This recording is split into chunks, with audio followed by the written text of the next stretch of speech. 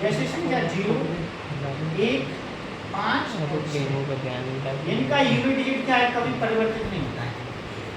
बोलिए 0 का unit digit 0 होगा, 1 का यूनिट डिजिट 1 ही होगा, 5 का यूनिट डिजिट 5 ही होगा, और 6 का यूनिट डिजिट 6 होगा। फर्स्ट रूल है ये जो इकाई के दी आ जाए कहीं संख्या में 0, 1, 5, 6, तो इनमें इकाई के अंक में किसी प्रकार का कोई परिवर्तन नहीं। 0 का 0, 1 का 1, 5 का 5, 6 का 6। Rule number second, rule number नियम नंबर सेकंड। अब संख्या बची, आपने कहा कि सर 4 है, 4 पे क्या है, घात सम या इवन हो, 4 पे घात सम या इवन होगी तो इकाई का अंक क्या आएगा सर 6। यदि 4 पे घात विषम या ऑड आए, विषम या ऑड आए तो इकाई का अंक क्या आएगा सर 4 नहीं आएगा। नेक्स्ट रूल, रूल नंबर 5, यदि 9 पे घात कैसे हो जाए सर 9 पे घात सम या इवन नंबर बन जाए में कर लेना तो ये इकाई का अंक क्या आएगा सर 1। और यदि 9 पे घात विषम या ऑड बन जाए, 9 पे घात विषम या ऑड बन जाए तो यूनिट डिजिट क्या बनेगा सर 9 ही बनेगा। अब रूल नंबर, अगला रूल है, इससे दिख रहा है या नहीं दिख रहा है, इनका डाल लो थोड़ा उसमें। ठीक है। रूल नंबर कौन सा है ये सर, एक संख्या 2, 3, 4, 5 और 6 संख्या तो हो चुकी है सर, बची संख्या 4 संख्या कौन सी बची 4, 2 बची है सर, 3 बची है और 7 और 8 बची है नहीं, ये संख्या जो बची है 7, 8। इसमें क्या करना सर, ये जो घात है या पावर है उस पावर में 4 से भागनी है, ठीक है। ये जो घात है उस पावर है, उस पावर में क्या करना है आपको 4 से भाग देना। घात या पावर में क्या करना है आपको 4 से भाग देना। जो संख्या बची है वो बची संख्या में क्या करना है, या पावर या घात में क्या करना है आपको 4 से डिवाइड करना है, और 4 से डिवाइड करेंगे तो शेष कभी भी 3 से जाना नहीं बचेगा। और यदि किसी संख्या का शेष जैसे 16 है, 16 में 4 से भाग दिया तो शेष 0 बचेगा, 2 की पावर 0। इसका मतलब होगा कि 2 की पावर 4, 2 की पावर 4 का मतलब होता है 16, 16 का मतलब होता है कहीं का 6। जब भी भाग दें और भाग देने के बाद यदि उस भाग टूट चला जाए तो शेष क्या बचेगा 0, तो उसका 0 का मतलब होता है उसका घात 4। फिर उसको हल करेंगे, 2 की घात 4 का मतलब 16, तो इकाई का कितना आ गया 6, इकाई का कितना निकल गया था 6 निकल गया। और वैसे मान पूछा जाएगा कि किसी की घात का मान, जैसे 1 का घात 0 है उसका मान क्या होगा तो 1 होगा, 2 का घात 0 तो उसका मान क्या होगा 1 होगा।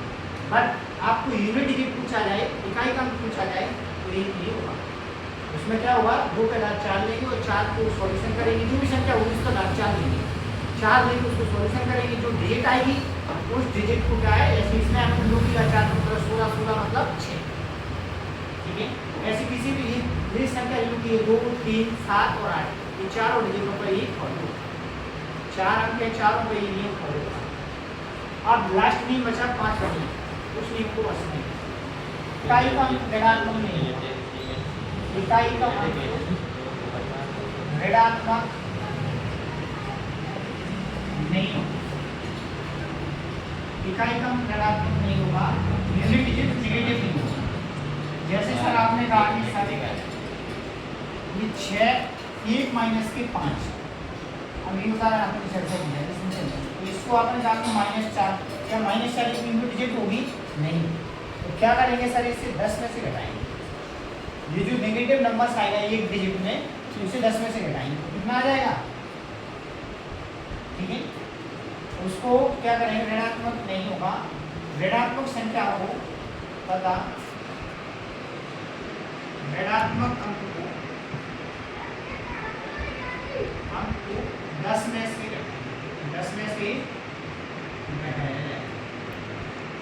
घटाया जो ऋणात्मक संख्या आएगी उसको क्या करेंगे 10 में से घटाया जाएगा। कभी भी यूनिट डिजिट इकाई का अंक ऋणात्मक नहीं हो सकता है, यदि कोई अंक ऋणात्मक आता है तो उसको हम 10 में से घटाएंगे।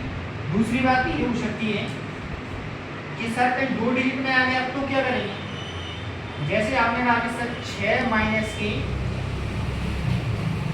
6 माइनस की आपने कहा 6 माइनस की 19 सर, ठीक है।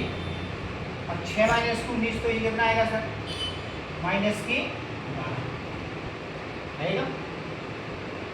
तो ये 2 डिजिट में, अब 2 डिजिट में माइनस के 12, तो इसे कितने में घटाएंगे सर, बोले ये जो अंक है ये कितने में कट जाएगा, 20 माइनस की 12 बराबर। अच्छा कैसे करेंगे, तो तब भी ऐसे 10 में से 2 भी करेंगे, ऐसे करेंगे, तो ऐसे ना करेंगे। ये कितना है सर, तो ये 10 माइनस के 12, तो ये कितना बचेगा, बात वही आएगी सर, -2। फिर सर 10 माइनस के 2 बराबर कितना आएगा, 8। निकल जाएगा, ये 20 में से घटाएंगे तो किया जाएगा। यदि आप वैसे करेंगे तो एक बार प्रोसेस कर देंगे, 20 में से सब्ट्रैक्ट करेंगे, अगर और 22 20 में से सब्ट्रैक्ट नहीं करते तो 2 बार प्रोसेस कराना पड़ेगा। 22 और 30 में